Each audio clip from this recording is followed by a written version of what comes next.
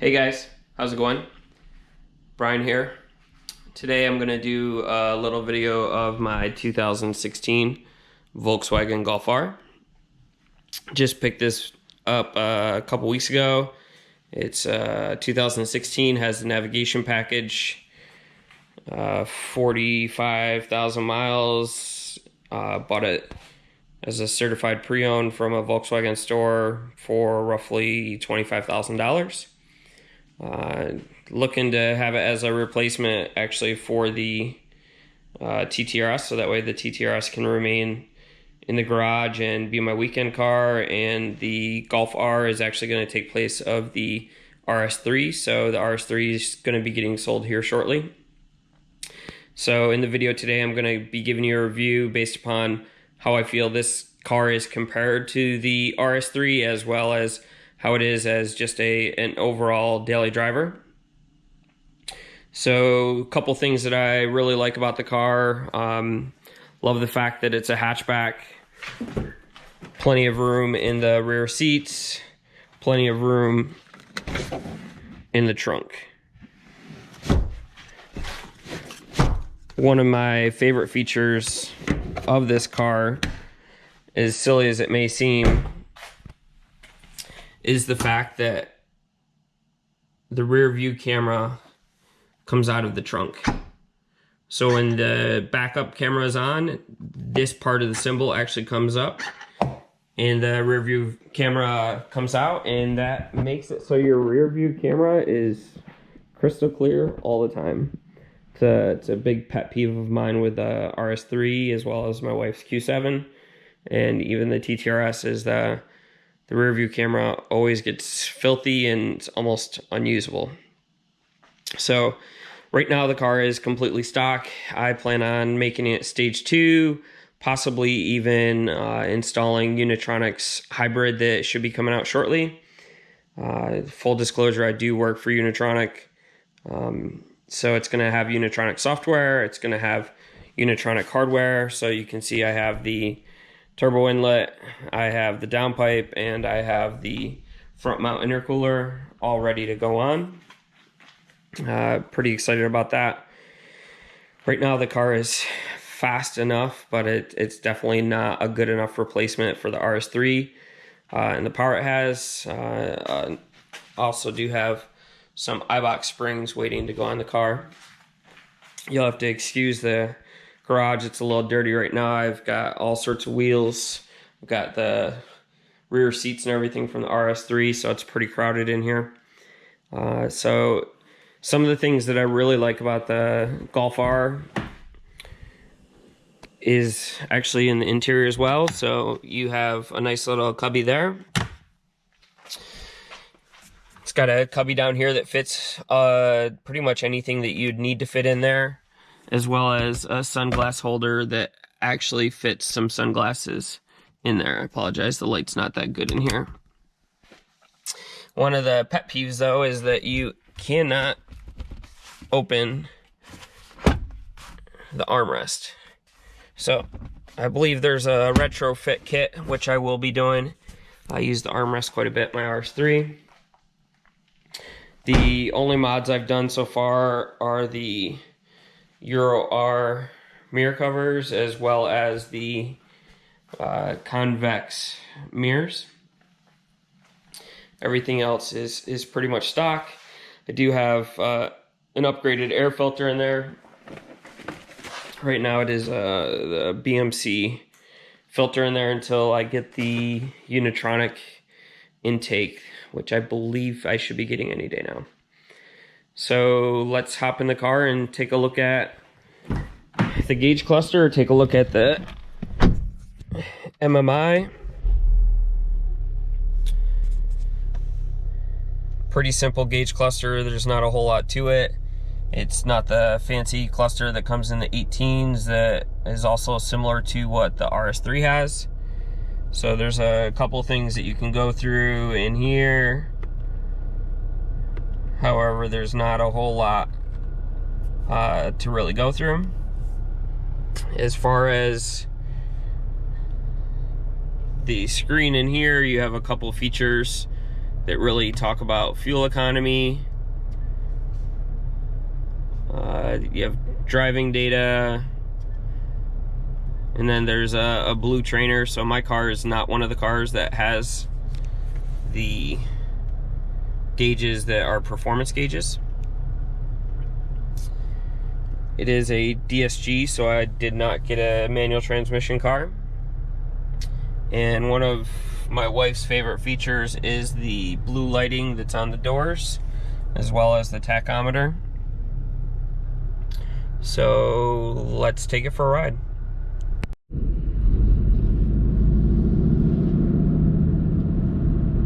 So the car has 3 drive modes. It has comfort, normal, race, and then you also have individual, in which you can set specific settings. Within the individual mode, you can change the DCC, you can change steering, you can change drivetrain, the cruise control, the front lighting, interior sound. So essentially all of those you can change to your liking. For me, when I'm daily driving the car, I typically have it in comfort mode, trying to get the best gas mileage I possibly can, as silly as that sounds for having a Golf R. I typically drive about 35,000 miles a year, so I really don't need all that power. But when I am driving and I want to have that power, it is nice to put the car into sport mode and for it to be a little bit quicker, for the shifts to be a little bit more aggressive, for the steering to be a little bit tighter, for the suspension to handle a little bit better.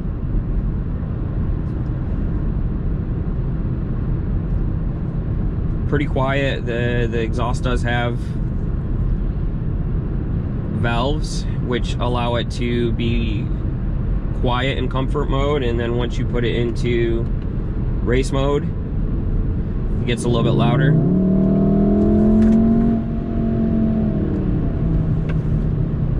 The one thing I'm not a fan of is in S mode for the transmission. It does not shift even if you're partial throttle until you're pretty much at red line. So for me, I want to be able to control how it shifts more based upon where my throttle position is, and not so much just because it's in sport mode. So if I get on the gas, I am about half throttle right there, and it's still going almost all the way to red line. So for me, that's not something that I particularly enjoy. So when I'm in sport mode, I typically put the shifter over into full manual mode and essentially shift it like it is a manual car.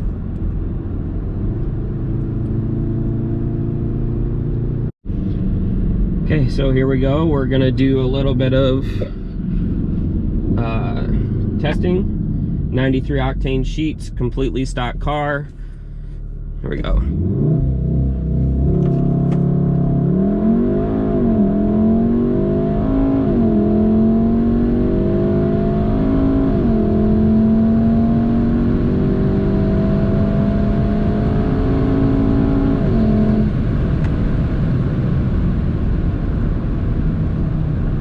Let's see what we ran.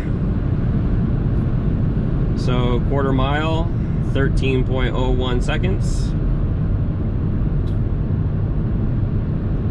at 105 miles an hour. Does look like that was a little bit of a slope upwards.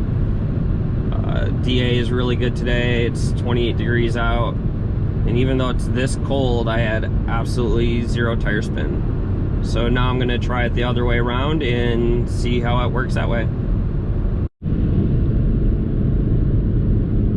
We're gonna try that exact same stretch of off-road highway and see what it does.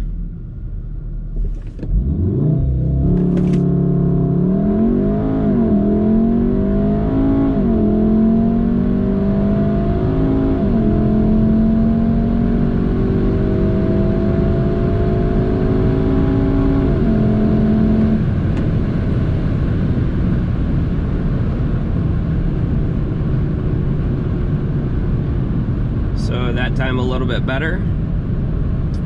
seemed like it launched a little bit harder by not holding it as long. It is saying quarter mile in 12.87 seconds at 105 miles an hour. 60 foot is a 1.94, and it did 0 to 60 miles an hour in 4.59 seconds. Now let's go see what this car can do on some back roads.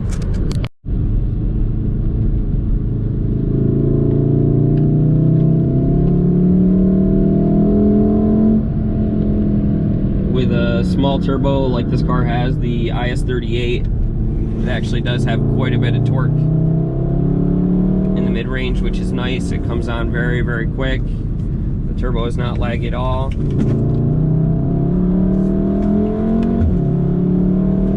And even on winter tires, the car seems to handle very, very good, very predictable.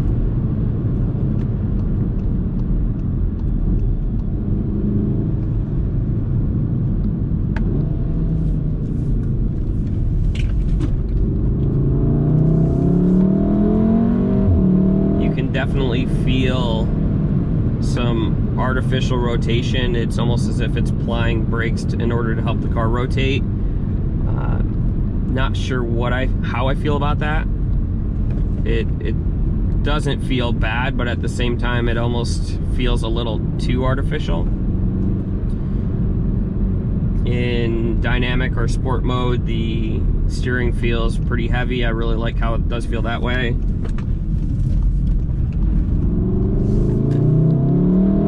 Still think the traction control interferes a little bit, so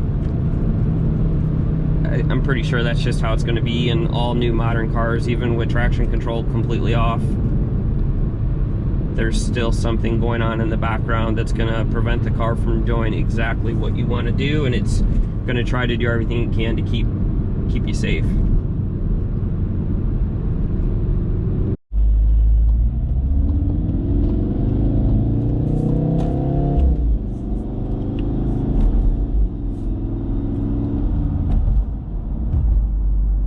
So to do a little recap of some of the things that I do like and I don't like on the MK7 Golf R.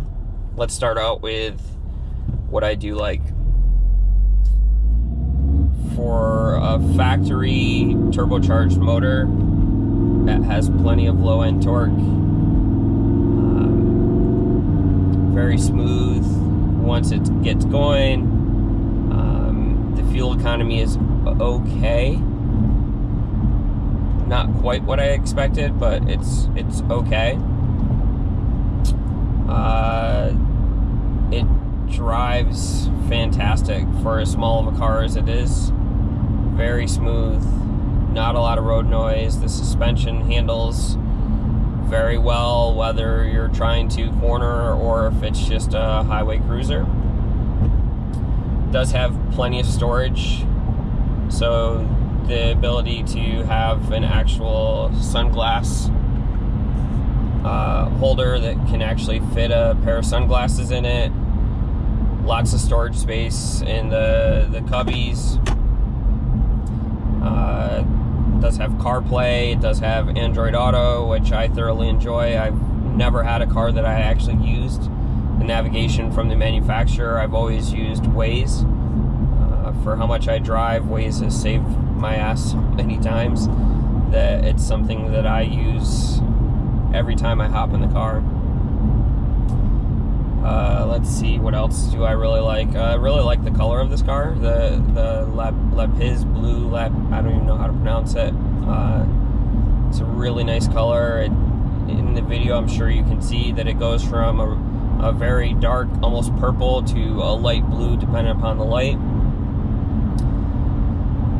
The hatchback has plenty of storage space, a lot of storage space, which for me is nice.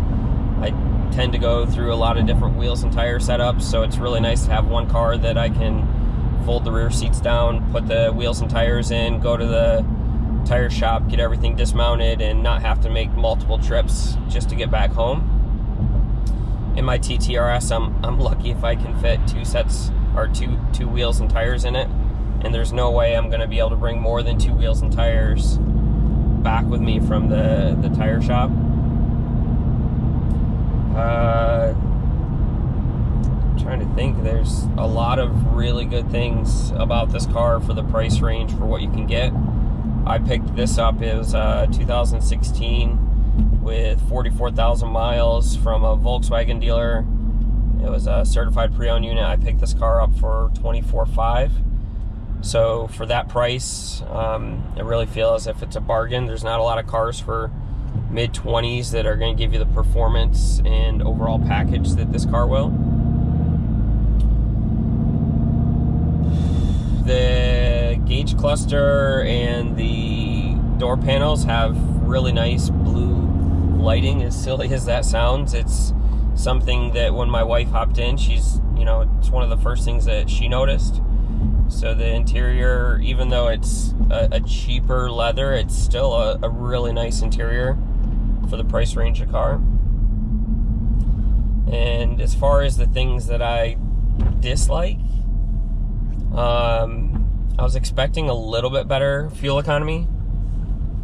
So with my RS3 on full E85, I average right around 24-25 miles a gallon, and I always hand calculate it.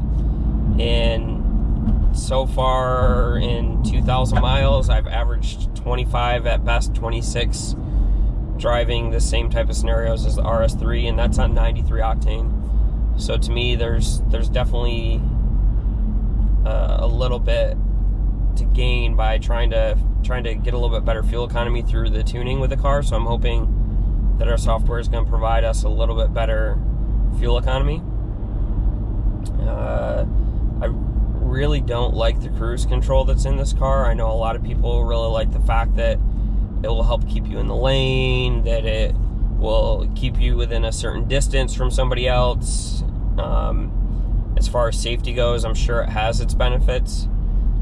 For me, anytime I have the cruise control on, if I get behind somebody, it almost makes it so I'm so far behind that person that I can't pass them. Like it's so far behind them that it doesn't make any sense to get into the passing lane. So I'm not a big fan of that. I'm not a big fan on how it feels like it fights me if I want to turn to get into the other lane.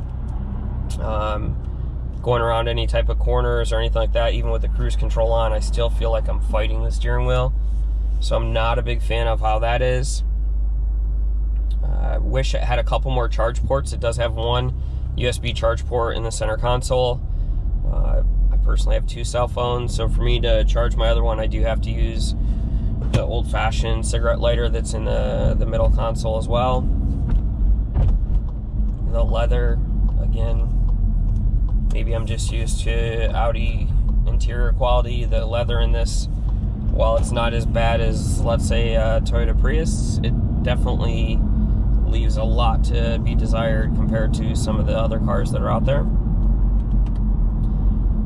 And while the performance isn't bad, to me, I need a little bit more power.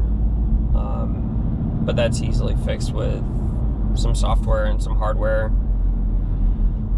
Beyond that, I think that, like I said, the car is a great mix of everything, but it's not great or excellent at anything. Once I get my RS3 back, I'll probably put a review on the channel of driving both of them side by side. Some of the things that I like, from the RS3, some of the things that I like from the Golf. Which reminds me, I actually do rather enjoy the fact that this car does not have a moonroof. It's actually one of the reasons that I bought a Golf R instead of an A3, is I really got sick of having problems with the moonroof and having drain issues where the drains would clog, or anything where 2015 and plus, A3, S3, RS3, all the moonroofs rattle. They all make a bunch of noise. And overall, that really detracts from that car. So if you have any questions, if there's anything you're looking for me to review, if there's anything that I can help you out with this chassis, or even the RS3 or TTRS, I currently own all 3 of those cars. hit me up. I'd be glad to answer them, be glad to get you any data that you may want. I plan on logging this car stock, logging it for performance metrics when it's stage 1, 93 octane tune, and then stage 2, ultimately 93 octane tune. So if you can, if you've lasted this long, please hit that subscribe button, and have a great day.